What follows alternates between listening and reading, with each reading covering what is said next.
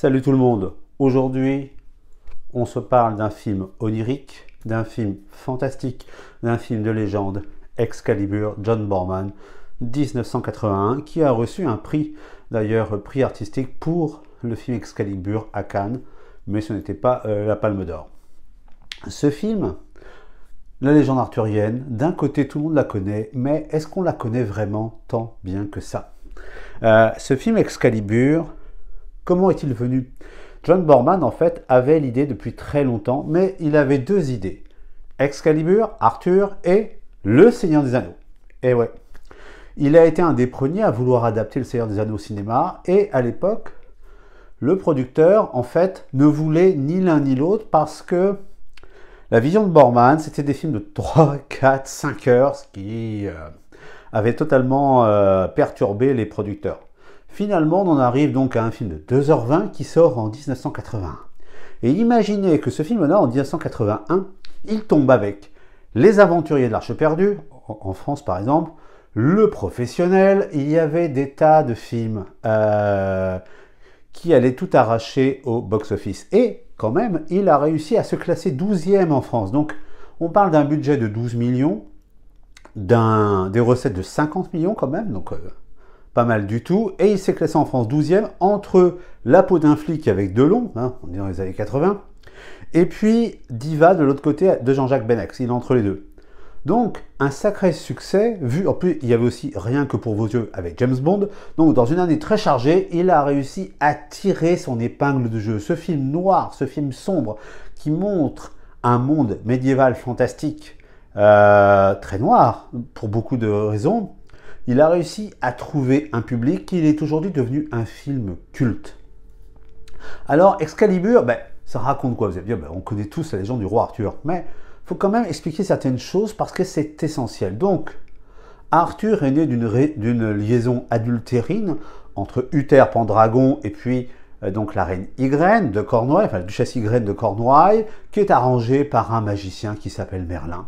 Merlin va récupérer le rejeton de cette union, mais Arthur a une petite sœur qui a vu en fait la démarche, la liaison adultérine qui est créée par la magie, et donc va passer sa vie à vouloir se venger de Merlin et d'Arthur. Arthur, qui a été donc pris par Merlin, c'était bien sûr sa condition pour aider à la liaison, eh bien il va devenir un simple écuyer qui réussira, parce qu'il est l'élu, à tirer Excalibur, l'épée de son père, d'un rocher où il l'avait donc mise, quand il a été tué au combat.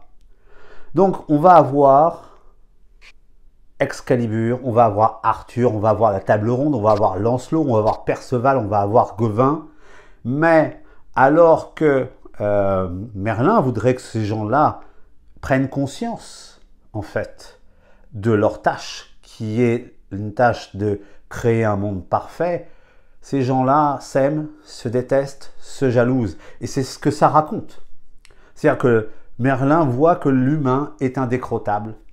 Il y a bien sûr la liaison entre Lancelot et la reine Guenièvre, l'épouse d'Arthur, qui va en fait créer les malheurs du monde. Parce que, en fait, la table ronde va se dissoudre, et puis, Arthur va envoyer tout le monde, tous ses chevaliers, à la poursuite du Graal, et où ils vont tous quasiment mourir les uns après les autres. Et puis, en fait, jusqu'à ce que Perceval comprenne que le Graal, c'est Arthur lui-même, au-delà de la coupe. Et donc, il y aura un combat final entre Morgane, Merlin, le fils, en plus que Morgane aura eu d'Arthur, encore une fois, en usant de la magie, pour prendre la place d'Arthur et de Merlin. Et on arriva à cette fin totalement folle, avec une bataille sombre au possible, du sang, de la boue, et puis Arthur finira donc par partir dans les brumes d'Avalon, et Excalibur retournera vers la Dame du Lac. Pourquoi? Enfin, on lui jettera, c'est Perceval qui lui jette. Pourquoi? Parce que tant que les hommes ne seront pas parfaits, Excalibur ne pourra pas se représenter, parce qu'on est dans un monde imparfait. Et c'est ce qu'explique en fait Excalibur à travers la légende.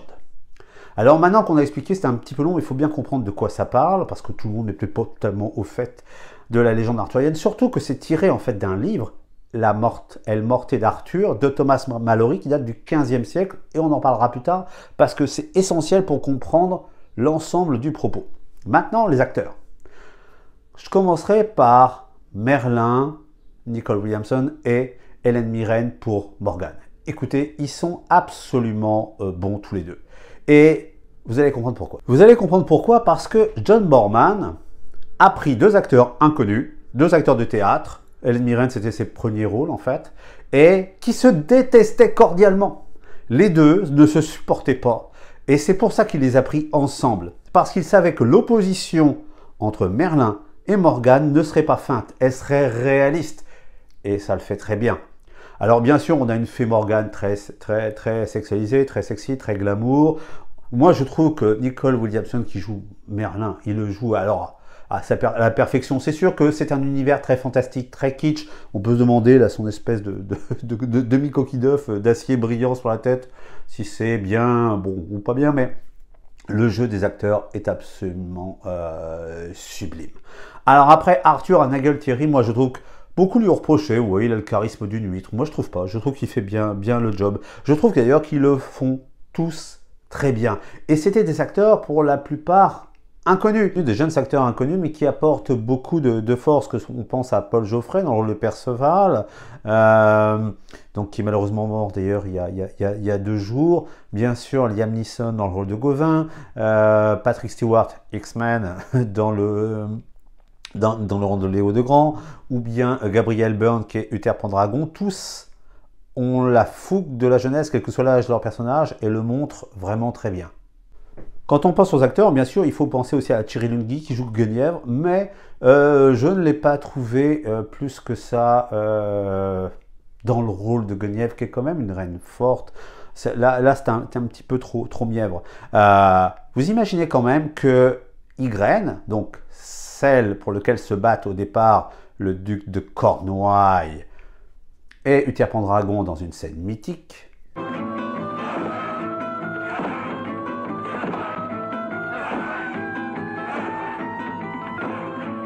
Il me la faut. Tu es fou. Une alliance.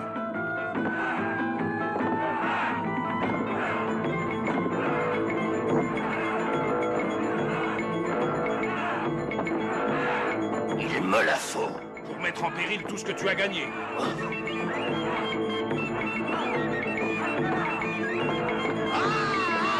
Ygraine, donc, était la fille de John Boorman. Vous imaginez les deux acteurs qui jouent donc Uther Pendragon et puis le duc de Cornouailles devoir faire une scène de sexe très crue, assez brutale, avec la fille du réalisateur. Ouf, ils ont eu très chaud. Hein. Ils voulaient pas, mais Boorman dit si, on le fait. Et parfaitement réussi, mais on imagine quand même les acteurs avec ça. Maintenant, pourquoi je dis que ce film, qui est un film fantastique, un film onirique, un film de légende, qui parle d'une légende, est en fait aussi un film historique. Là, vous allez me dire, là, il pète un câble, le gars, là. Non. Pourquoi? Je vous ai parlé que l'auteur, Thomas Malory, est un auteur du XVe siècle. S'il a écrit cela, c'est pas pour rien. En fait, c'est qu'il voit son monde à lui, le monde de la fin de la guerre de 100 ans, le monde de la guerre des 2 roses en Angleterre, parce que c'est un auteur anglais. Eh bien, il décrit un monde où la chevalerie, et la chevalerie au Moyen-Âge a été mythifiée. Au nom du Tout-Puissant de Saint-Michel et de Saint-Georges, je te donne droit à porter l'épée et à rendre la justice. Ce devoir sera jamais le mien, comme chevalier et comme roi. J'en apprendrai tous les jours. Il montre que ce monde de chevalerie est mort. Voilà ce qu'il montre. Que ce monde, à cause de la jalousie, à cause de l'amour, à cause de la haine, est mort. Et que voilà ce que ça génère. Et grâce aussi à l'appui des musiques comme de Wagner, de Karl Orff et son Carmina Burana,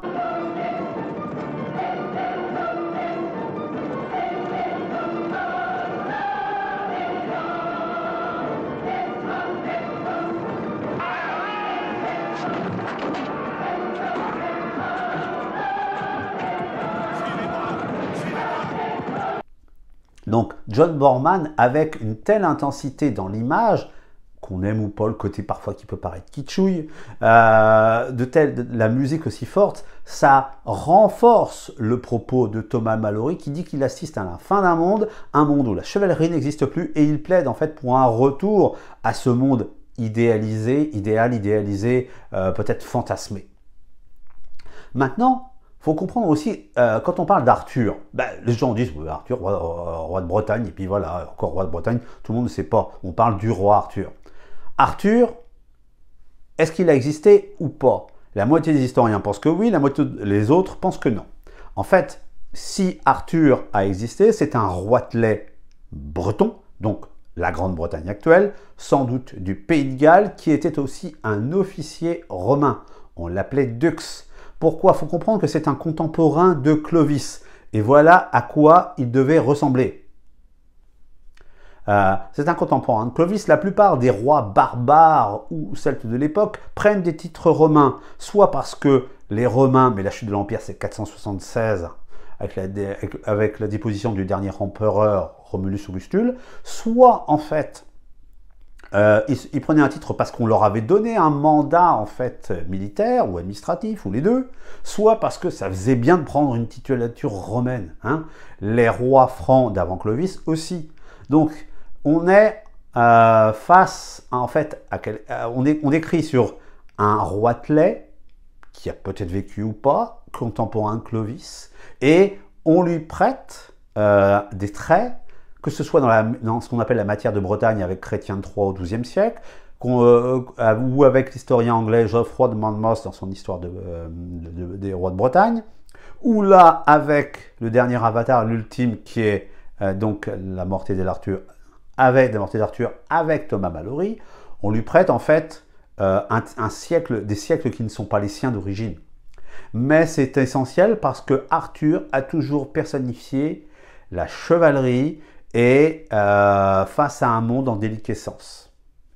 Et c'est ce que explique Malory. Alors après, on peut ne pas aimer le style John Borman complètement outrancier, avec de la boue. Et on voit bien les séparations, hein, le début, les armures sont sombres, on est dans un moment rouge.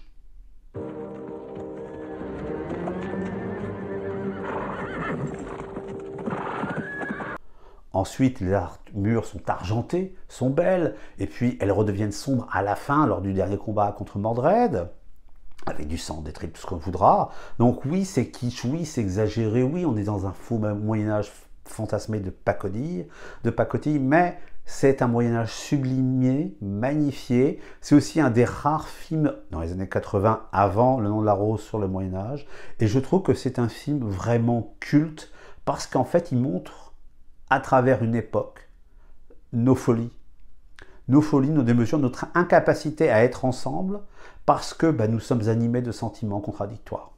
Voilà ce que je voulais vous dire sur ce magnifique film de John Borman, Excalibur. On se retrouve une prochaine fois, donc likez, partagez, commentez, n'hésitez pas à vous abonner à ma chaîne et je vous laisse avec des conseils de Merlin. Que dans vos mémoires reste gravée cette nuit, cette grande victoire, afin que dans les années à venir, vous puissiez dire « J'étais présent cette nuit-là aux côtés d'Arthur, le roi !»